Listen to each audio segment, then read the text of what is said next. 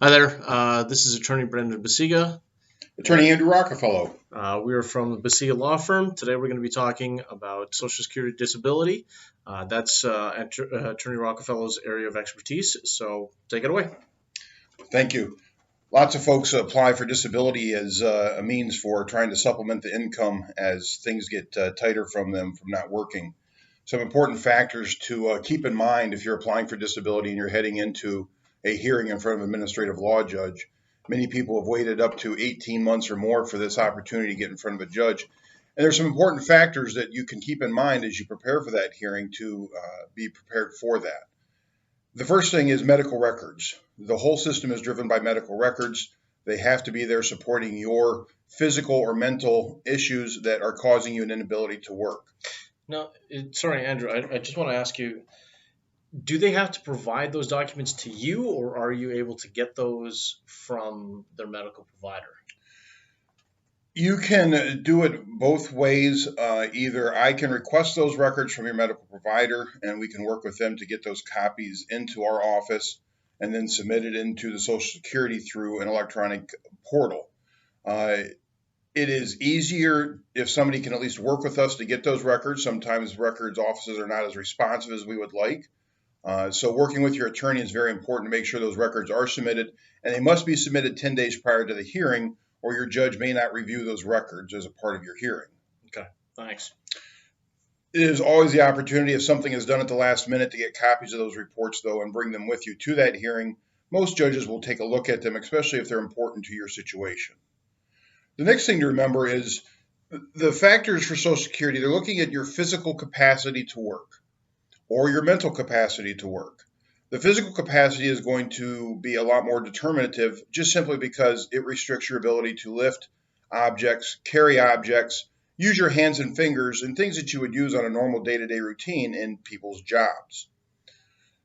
Don't give at the hearing your best day. The day that you go to the grocery store, the day that you go to your doctor's, the day that you make it out of the house.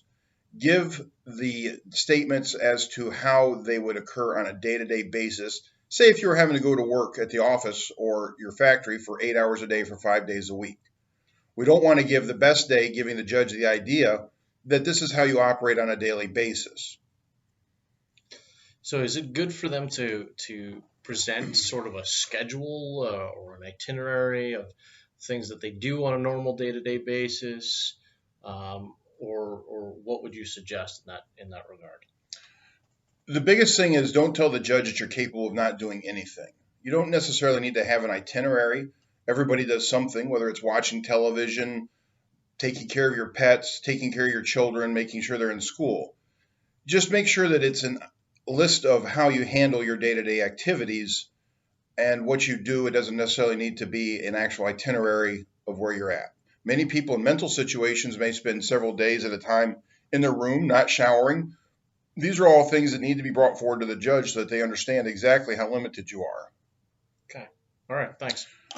The other issue that people need to understand for disability applications is age does make a difference to Social Security. They divide age groups into a couple of different factors. One being anybody under 49 years of age, another from 50 to 54, 55 to 60, and then 60 plus. The older you get, the easier it is, or slightly easier it is, to meet the requirements for disability.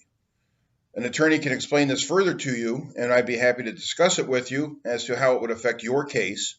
However, keep in mind that if you're under 49, you better have an issue that's going to result in death or some real serious problems, because it's very hard to be allowed when you're still a younger individual. Okay, well, thanks, Andrew. We appreciate all the tips. Listen, folks, if you have any further questions, give us a call, 517-708-7830. Andrew's happy to talk to you. We offer free consultations. Like I said, if you have any questions, give us a call or check out our website in the description below. Thanks. Bye-bye. Thank you.